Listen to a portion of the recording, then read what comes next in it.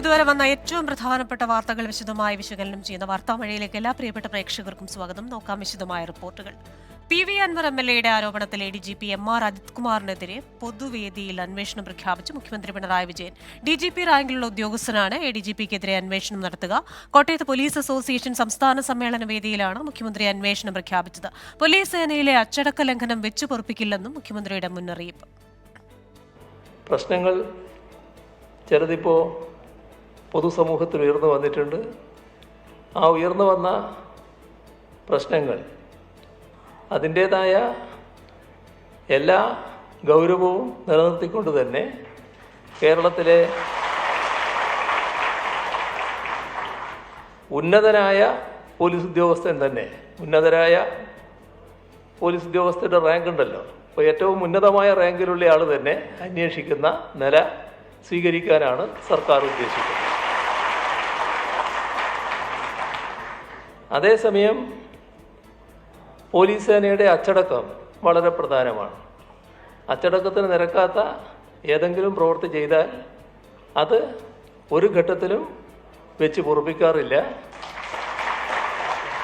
അതുമായി ബന്ധപ്പെട്ട നടപടികൾ പ്രത്യേകമായി ഉണ്ടാവുകയും ചെയ്യും. ഏതെങ്കിലും അച്ചടക്കത്തിന് നിരക്കാത്ത പ്രവൃത്തി കണ്ട് എനക്കും ഇങ്ങനെ ആയിക്കളയാം എന്ന് ആരും ധരിച്ചേക്കരുത്. അതിൻ്റെ ഫലം തിക്തമായിരിക്കും എന്നുകൂടി ഓർമ്മ വേണം. തനിക്കെതിരായ മുഴുവൻ ആരോപണങ്ങളും സർക്കാർ അന്വേഷിക്കട്ടെ എന്നാണ് MR അജിത് കുമാറിന്റെ പ്രതികരണം. ഇക്കാര്യം ആവശ്യപ്പെട്ട് മുഖ്യമന്ത്രിക്കും DGPക്കും കത്ത് നൽകിയെന്നും ADGP പറഞ്ഞു.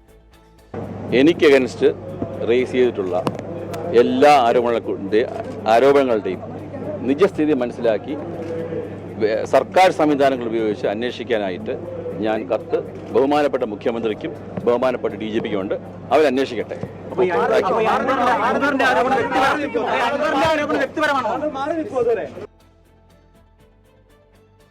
പോലീസ് സേനയ്ക്കായി താൻ ചെയ്ത കാര്യങ്ങൾ സമ്മേളനത്തിൽ MR അജിത് കുമാർ എണ്ണിപ്പറഞ്ഞു. സമ്മേളന വേദിയിൽ ഒരുമിച്ചുണ്ടായിട്ടും മുഖ്യമന്ത്രി ADGPയെ ഗൗനിച്ചില്ല. ക്രമസമാധാന ചുമതലയിൽ നിന്നും MR അജിത് കുമാറിനെ മാറ്റും. പകരം മനോജ് ഇബ്രഹാമും H വെങ്കിടേഷുമാണ് പരിഗണനയിൽ. വിവരങ്ങളുമായി ന്യൂസ് ഡെസ്കിൽ നിന്ന് ചേരുന്നത് B ദിലീപ് കുമാറാണ്. ദിലീപ് കുമാർ, ഒരു വശത്ത് ഇടതുപക്ഷ MLA ഉന്നയിക്കുന്ന ആരോപണങ്ങൾ, മറുവശത്ത് വിശ്വസ്തനായ വ്യക്തി ആരോപണ വിധേയനാകുന്നു.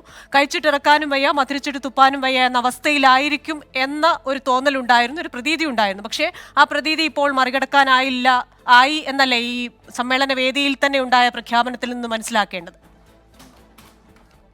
ക്രിസ്റ്റീന, പ്രതിസന്ധി മറികടക്കാനായി എന്ന് പൂർണ്ണമായും പറയാൻ കഴിയില്ല. കാരണം മുഖ്യമന്ത്രി കൈകാര്യം ചെയ്യുന്ന ആഭ്യന്തര വകുപ്പിന് നേരെയാണ് ഭരണകക്ഷി MLAയിൽ നിന്ന് തന്നെ കടുത്ത വിമർശനമുണ്ടായത്. മാത്രമല്ല, തൻ്റെ വിശ്വസ്തരെ ആണ് PV അൻവർ ഉന്നമിട്ടത് എന്ന കാര്യവും മുഖ്യമന്ത്രിക്കറിയാം. അത് പൊളിറ്റിക്കൽ സെക്രട്ടറി P ശശിയും ക്രമസമാധാനത്തിൻ്റെ ചുമതലയുള്ള ADGP MR അജിത് കുമാറുമാണ്. ഈ രണ്ടുപേരെയും ഉന്നമിട്ടതിലൂടെ PV അൻവറിന് മറ്റേതെങ്കിലും തരത്തിലുള്ള രാഷ്ട്രീയ പിന്തുണ CPIഎമ്മിൽ നിന്ന് ഉണ്ടോ അതോ സേനയിൽ നിന്നുണ്ടോ എന്നതൊക്കെ ഇനി അറിയാനിരിക്കുന്നതേ ഉള്ളൂ. ഏതായാലും ഇപ്പോൾ അന്വേഷണം പ്രഖ്യാപിച്ചിരിക്കുകയാണ് മുഖ്യമന്ത്രി. പൊതുവേദിയിൽ വെച്ച് കോട്ടയത്ത് കേരള പോലീസ് അസോസിയേഷൻ്റെ സംസ്ഥാന സമ്മേളന വേദിയിൽ വെച്ചാണ് MR അജിത് കുമാർ കൂടി ആ വേദിയിൽ ഇരിക്കുമ്പോഴാണ് മുഖ്യമന്ത്രി പിണറായി വിജയൻ അന്വേഷണം പ്രഖ്യാപിച്ചത്. DGP റാങ്കിലുള്ള ഉദ്യോഗസ്ഥർ DGP റാങ്കിലുള്ള 3 പേരാണ് സംസ്ഥാന പോലീസ് സേനയിലുള്ളത്. അത് ക്രമസമാധാനത്തിൻ്റെ ചുമതലയുള്ള ഷേഖ് ദർവേഷ് സാഹിബും അതോടൊപ്പം തന്നെ യോഗേഷ് ഗുപ്ത, K പത്മകുമാർ എന്നീ 3 പേരാണ് DGP തസ്തികയിലുള്ളത്. ആരെയായിരിക്കും ഇക്കാര്യത്തിൽ അന്വേഷണ ചുമതല ഏൽപ്പിക്കുക എന്നത് ഇനി അറിയാനിരിക്കുന്നതേ ഉള്ളൂ. MR അജിത് കുമാറിനെ ക്രമസമാധാനത്തിൻ്റെ ചുമതലയുള്ള ADGP സ്ഥാനത്ത് നിന്ന് മാറ്റുന്നതിന് ഏതാണ്ട് തത്വത്തിൽ ധാരണയായിട്ടുണ്ട്. പക്ഷേ ഇക്കാര്യം ഔദ്യോഗികമായി പുറത്തുവിട്ടിട്ടില്ല. അങ്ങനെയെങ്കിൽ പകരം ആരായിരിക്കും ADGP സ്ഥാനത്തേക്ക്, ഈ ക്രമസമാധാന പാലനത്തിൻ്റെ ചുമതലയുള്ള ADGP സ്ഥാനത്തേക്ക് വരിക എന്നതും അറിയേണ്ടതുണ്ട്. MR അജിത് കുമാർ അടക്കം 5 ADGPമാർ നിലവിലുണ്ട്.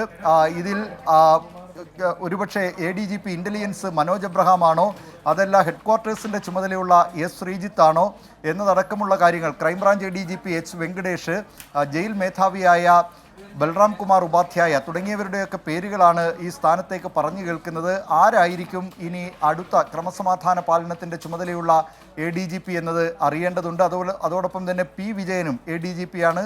പക്ഷേ അദ്ദേഹത്തിന് സംസ്ഥാന സർക്കാരിൽ അത്ര വിശ്വാസമില്ല. നേരത്തെ ഈ MR അജിത് കുമാറുമായി കോഴിക്കോട് അവിടെ ട്രെയിനിൽ സ്ഫോടനമുണ്ടായപ്പോൾ അതുമായി ബന്ധപ്പെട്ട അതിലെ പ്രതിയെ പിടികൂടിയതുമായി ബന്ധപ്പെട്ട വിവരങ്ങൾ ചോർത്തി പി വിജയൻ നൽകി എന്ന ആരോപണം നേരിടുകയും അദ്ദേഹത്തെ ഈ ചുമതലകളിൽ നിന്നൊക്കെ മാറ്റി സസ്പെൻഷനിലേക്കൊക്കെ പോകുന്ന തരത്തിലുള്ള കാര്യങ്ങൾ സംഭവിച്ചിരുന്നു. ആ കാര്യം ഇന്നലെ പി അൻവർ വാർത്താസമ്മേളനത്തിൽ പറയുകയും ചെയ്തിരുന്നു. അതുകൊണ്ട് ഇനി ആരായിരിക്കും ഈ ക്രമസമാധാന പാലനത്തിൻ്റെ ചുമതലയിലേക്ക് വരിക? മനോജ് എബ്രഹാമോ, എസ് ശ്രീജിത്തോ, എച്ച് വെങ്കടേഷോ, ബൽറാം കുമാർ ഉപാധ്യായയോ എന്നതാണ് ഇനി അറിയാനുള്ളത്. അതോടൊപ്പം തന്നെ പി അൻവർ ആരോപണം ഉന്നയിച്ചിരുന്ന മറ്റൊരു വ്യക്തി മുഖ്യമന്ത്രിയുടെ പൊളിറ്റിക്കൽ സെക്രട്ടറി പി ശശിയാണ്. ഇപ്പോൾ ആഭ്യന്തര വകുപ്പുമായി ബന്ധപ്പെട്ട കാര്യങ്ങളിലാണ് മുഖ്യമന്ത്രി തീരുമാനമെടുത്തിരിക്കുന്നത്. പക്ഷേ പി ശശിയുടെ നിയമനം രാഷ്ട്രീയപരമാണ് എന്നുള്ളത് കൊണ്ട് തന്നെ ആ കാര്യത്തിൽ തീരുമാനമെടുക്കേണ്ടത് മുഖ്യമന്ത്രിയും CPIയുമാണ്. അതിലെന്ത് നടപടി ഉണ്ടാകുമെന്നത് കാത്തിരുന്ന് കാണാം. ക്രിസ്റ്റീന. ADGP MR അജിത് കുമാറിനെ മാറ്റി നിർത്തി അന്വേഷണം നടത്തണമെന്ന് PV അൻവർ MLA. നാളെ മുഖ്യമന്ത്രിയെ നേരിൽ കണ്ട് പരാതി നൽകുമെന്നും അൻവർ പറഞ്ഞു. കവടിയാർ കൊട്ടാരത്തിന് സമീപം ADGP ഭൂമി വാങ്ങിയെന്നും അവിടെ കൊട്ടാര സമാനമായ വീട് പണിയുന്നുണ്ടെന്നും അൻവർ വെളിപ്പെടുത്തി. നമ്മുടെ ഈ ADGP അജിത് കുമാർ ഒരു വലിയ കൊട്ടാരം പണിയുന്നുണ്ട്. എവിടെ അറിയോ? തിരുവനന്തപുരത്തെ കവടിയാർ കൊട്ടാരം നമ്മളൊക്കെ കേട്ടിട്ടുണ്ട്, കണ്ടിട്ടുണ്ട്. കേരളത്തിൻ്റെ അഭിമാനമല്ലേ? ആ കവടിയാർ കൊട്ടാരത്തിൻ്റെ കോമ്പൗണ്ടിലാണ് 10 സെന്റ് ഞാൻ കിട്ടിയ വിവരം ഈ പറയുന്ന MR അജിത് കുമാറിന്റെ പേരിലാണ് ഭൂമി രജിസ്റ്റർ ചെയ്തിട്ടുള്ളത്. 12 സ്ഥലം അദ്ദേഹത്തിന്റെ അളിയന്റെ പേരിലാണ്. കവടിയാർ കൊട്ടാരത്തിലെ ഭൂമിയുടെ വില അറിയോ? 60 തൊട്ട് 75 ലക്ഷം രൂപയാണ് മിനിമം. ഒരു അഴിമതി ഇല്ല, ഒരു കള്ളക്കച്ചവടം ഇല്ല. ഈ ചെരുപ്പേ ഇടുള്ളൂ, 25 രൂപേനെ കുപ്പായ ഇടൂ, ഒരു കീറി പറഞ്ഞ പാൻറ്റേ ഇടുള്ളൂ. പാവപ്പെട്ട ADGP. കവടിയാറിലെ വീട് നിർമ്മാണത്തിന്റെ ദൃശ്യങ്ങൾ 24-ന് ലഭിച്ചു. കെട്ടിടത്തിന്റെ സ്കെച്ചും പുറത്തു വന്നു. ഇതിനിടെ ജീവന് ഭീഷണിയുണ്ടെന്ന് ചൂണ്ടിക്കാട്ടി തോക്ക് ലൈസൻസിനായി അൻവർ ജില്ലാ കളക്ടർക്ക് അപേക്ഷ നൽകി. വിവരങ്ങളുമായി ചേരുന്നത് സമീർ ബിൻ കരീമാണ്. സമീർ, ഒരു ക്രമസമാധാന ചുമതലയുടെ തലപ്പത്തിരിക്കുന്ന പോലീസ് ഉദ്യോഗസ്ഥനെതിരെ ഒരു MLA ഉന്നയിക്കുന്ന ഗുരുതരമായ ആരോപണങ്ങൾ, കൊട്ടാരത്തിനടുത്ത് കൊട്ടാരം പണിയുന്നു, സ്വർണ്ണക്കടത്തും കൊലപാതകവും അടക്കമുള്ള കേസുകളിൽ പങ്കുണ്ട് തുടങ്ങിയ കാര്യങ്ങൾ. ഇപ്പോൾ അത് 1ാം ഘട്ടം മാത്രമേ പൂർത്തിയായുള്ളൂ എന്ന് പറയുമ്പോൾ ഇതിന്റെ പിന്നിലുള്ള ഒരു രാഷ്ട്രീയം എന്താണ്? ഇപ്പോൾ തോക്കിന് ലൈസൻസിനായി PV അൻവർ ജില്ലാ കളക്ടർക്ക് അപേക്ഷ നൽകിയെന്ന് മനസ്സിലാക്കുന്നല്ലോ. ക്രിസ്റ്റീന, നിലവിൽ PV അൻവർ MLA തോക്കിന് ലൈസൻസ് നൽകണമെന്ന് ആവശ്യപ്പെട്ടുകൊണ്ട് മലപ്പുറം ജില്ലാ കളക്ടർക്ക് ഒരു അപേക്ഷ നൽകിയിരിക്കുകയാണ്. ഈ അപേക്ഷയിൽ പ്രധാനമായും പറയുന്നത്, കഴിഞ്ഞ ഏതാനും ദിവസമായി ഞാൻ ചില വെളിപ്പെടുത്തൽ നടത്തുന്ന ഒരു സാഹചര്യമുണ്ട്. അതുകൊണ്ട് തന്നെ തന്റെ ജീവനും സ്വത്തിനും ഭീഷണിയുണ്ട്. ഇത് കണക്കിലെടുത്ത് തനിക്ക് ഒരു തോക്കിന് ലൈസൻസ് നൽകണം എന്നുള്ളതാണ് PV അൻവർ ആവശ്യപ്പെട്ടിരിക്കുന്നത്. കളക്ടർക്ക് ഇത് ബന്ധപ്പെട്ട ഒരു അപേക്ഷ നൽകുകയും ചെയ്തിരിക്കുകയാണ്. ഇന്ന് രാവിലെയാണ് PV അൻവർ MLAയുടെ പുതിയ വാർത്താ സമ്മേളനം നടന്നത് എന്നുള്ളതാണ്. പ്രധാനമായും ഇതിൽ 3 കാര്യങ്ങളാണ് പറഞ്ഞത്. ഒന്ന്, സോളാർ കേസ് ഈ അട്ടിമറിച്ചതിന് പിന്നിൽ MR അജിത് കുമാർ ആണെന്നും ഒപ്പം തന്നെ അജിത് കുമാർ ഈ കവടിയാർ കൊട്ടാരത്തിന് സമീപം വലിയൊരു കൊട്ടാരം പണിയുന്നുണ്ട് എന്നുള്ളതുമായിരുന്നു. മറ്റൊന്ന്, ഈ എടവണ്ണ കൊലപാതകവുമായി ബന്ധപ്പെട്ട അതിന്റെ കൂടുതൽ വിശദീകരണങ്ങൾ PV അൻവർ നടത്തി. അതിൽ മുൻ SP ആയിരുന്ന സുജിത്ദാസിനൊപ്പം തന്നെ അജിത് കുമാറിന് പങ്കുണ്ട് എന്നുള്ളതാണ് പ്രധാനമായും പറയുന്നത്. ഈ സോളാർ കേസിൽ പ്രധാനമായും ഈ KC വേണുഗോപാൽ അടക്കമുള്ളവരെ രക്ഷിച്ചത് MR അജിത് കുമാറാണ്. ഈ പണം വാങ്ങിയുള്ള ഒത്തുതീർപ്പാണ് അജിത് കുമാർ നടത്തിയത് എന്നുള്ളതാണ് പ്രധാനമായും PV അൻവർ MLA ഉന്നയിച്ചത്. അതോടൊപ്പം തന്നെ ഈ സോളാർ കേസിലെ പരാതിക്കാരിയെ പണം വാങ്ങിക്കൊണ്ട് അജിത് കുമാർ ബ്രെയിൻ വാഷ് ചെയ്തു എന്നും PV അൻവർ MLA കൃത്യമായി തന്നെ ആരോപിക്കുന്നു എന്നുള്ളതാണ്.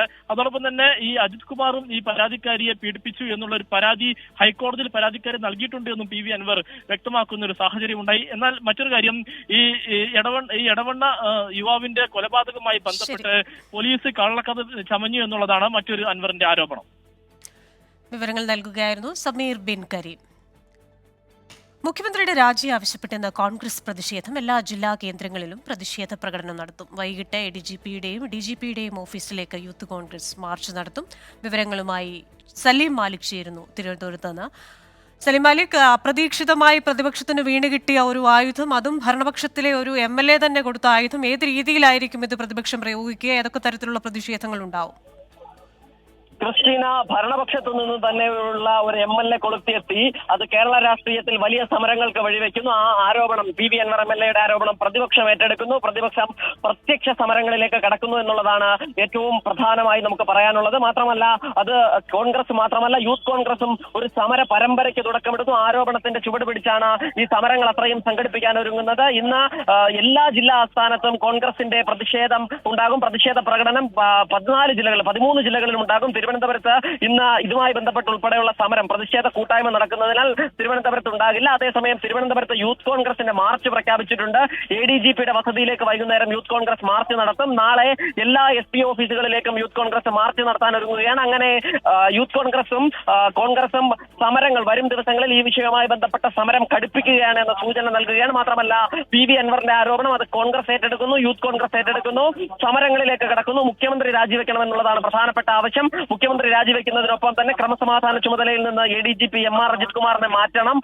DGP ഉൾപ്പെടെയുള്ള ഭരണത്തിന്റെ തലപ്പത്ത്, പോലീസിന്റെ തലപ്പത്ത് നിയന്ത്രണമില്ലാത്തവരെയൊക്കെയും മാറ്റണം, നടപടിയെടുക്കണം എന്നുള്ളതാണ് കോൺഗ്രസിന്റെയും യൂത്ത് കോൺഗ്രസിന്റെയും ആവശ്യം. ക്രിസ്റ്റീന, ശരി, പെട്ടെന്ന് കിട്ടിയ രാഷ്ട്രീയ ആയുധം കൃത്യമായി പ്രയോഗിക്കുകയാണ് പ്രതിപക്ഷം. വിവരങ്ങൾ നൽകിയത് സലീം മാലിക്കാണ് തിരുവനന്തപുരത്ത് നിന്ന്. ഇനി ഇന്നത്തെ സ്വർണ്ണവില.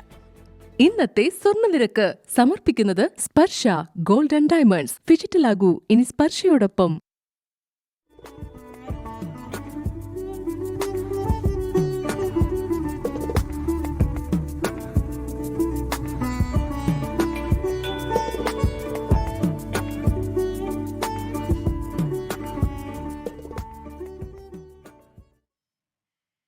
AKG സെന്റർ ആക്രമണ കേസിൽ കുടുക്കാൻ ശ്രമിച്ചെന്ന CPIM പാളയം ബ്രാഞ്ച് സെക്രട്ടറി IP ബിനു. ആദ്യ അന്വേഷണ സംഘം ശരിയായ രീതിയിലല്ല അന്വേഷിച്ചത്. ചില മാധ്യമങ്ങളിൽ താനാണ് പ്രതിയെന്ന രീതിയിൽ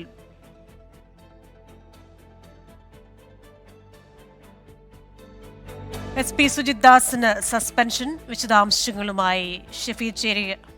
ഷഫീദ്, വലിയ വാർത്തയാണ്. SP സുജിത് ദാസിന്റെ തൊപ്പി തെറിക്കുന്നു. വിവരങ്ങൾ.